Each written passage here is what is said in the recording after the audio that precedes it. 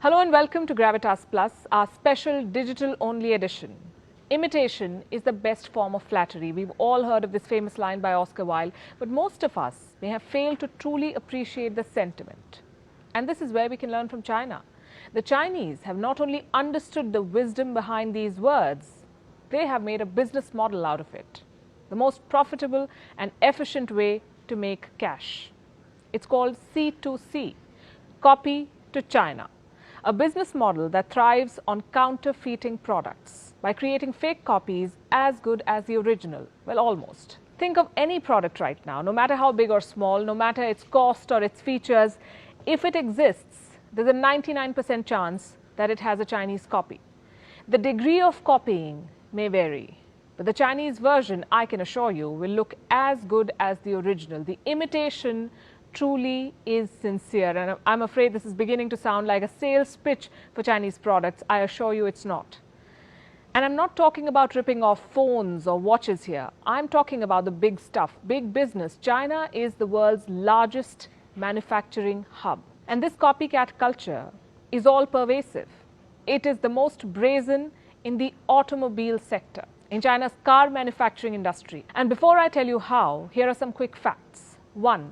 China has the biggest car market in the world. It became the biggest in the year 2009. It has remained the biggest ever since. 2.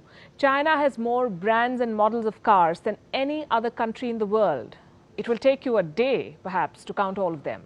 And 3. China has the cheapest cars in the world, cheaply priced and cheaply copied. Do you see this car? I'm sure the very sight of it is getting you nostalgic. The Maruti Suzuki 800 has that effect, most people in India. But the one on your screen is not an 800.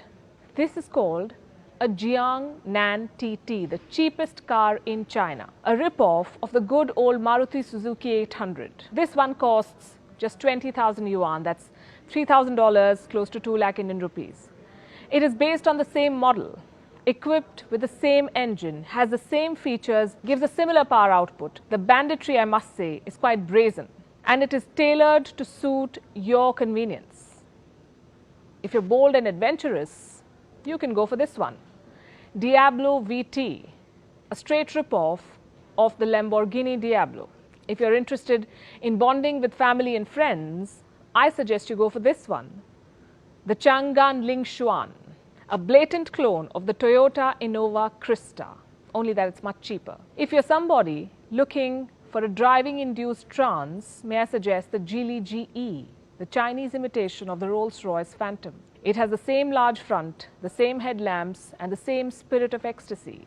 Only the expiry date is Chinese. And if you want a sports car but cannot afford it, I suggest you consider the Suzuki Eagle Carry. Does this look familiar? I'm sure it does. In the front, it resembles the Ferrari, and at the back, it resembles the Porsche. You get the best of both the worlds in one car, and you won't have to burn a hole in your pocket. I could give you a lot more examples. I could go on with this one, but the list is never ending because almost every car in China is a copy, which brings us to a question. How do the Chinese get away with such blatant and brazen copying? Is this copycat culture even legal? Well, here's the thing. There is no international copyright law for the automobile industry. But there are international agreements which protect originality. They require countries to recognize each other's intellectual property laws. And it's a complex process anyway. Expecting China to respect laws is asking for too much. Expecting China to respect international laws is asking for even more. So international car makers do not even bother taking Chinese car makers to court. Well, some of them do and fail. In 2004, Honda tried to sue China's Xuanguan Auto for copying a vehicle. It failed. In 2008, Fiat sued China's Great Wall Motors for copying their design. They even got the copycat car banned in Europe. But the sales in China did not stop. We are in 2020 now. A virus is spreading faster than the speed of all the cars I just mentioned. And it has decimated the global automobile industry. Most manufacturing plants have been shut, supply chains have been disrupted, showrooms have been sealed, sales have collapsed, markets are bleeding, but none of this is happening in China. China right now is an oasis for car makers in the Wuhan virus desert. The automobile industry is back on track. Demand is steadily returning, sales figures are reviving, global car makers are looking at China with hopeful eyes. And I have some figures for you. Toyota, listen to this, sold over 172,000 vehicles in China last month, 172,000. Honda sold more than 142,000 units, 142,000. And Japanese car maker Mazda sold more units than it had in June 2019. Right now, for these car makers and many more, China is their best bet for a revival. And Chinese cars are going global. Take the example of the Haval, the leading SUV brand of China's Great Wall Motors. It is steadily spreading internationally. It has already established new franchisees in Russia, South Africa and Australia. And if you live in any of these countries, the Chinese are coming for you with their copycat cars. Now, I understand that this may seem a bit strange. We are worrying about business at a time when people are worrying about their lives, which they should.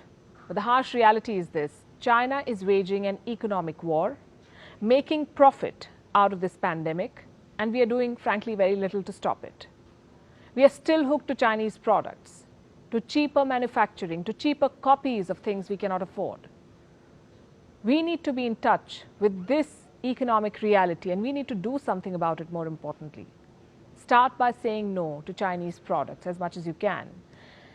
I would have ended by telling you a joke about them, but I'm afraid it won't last.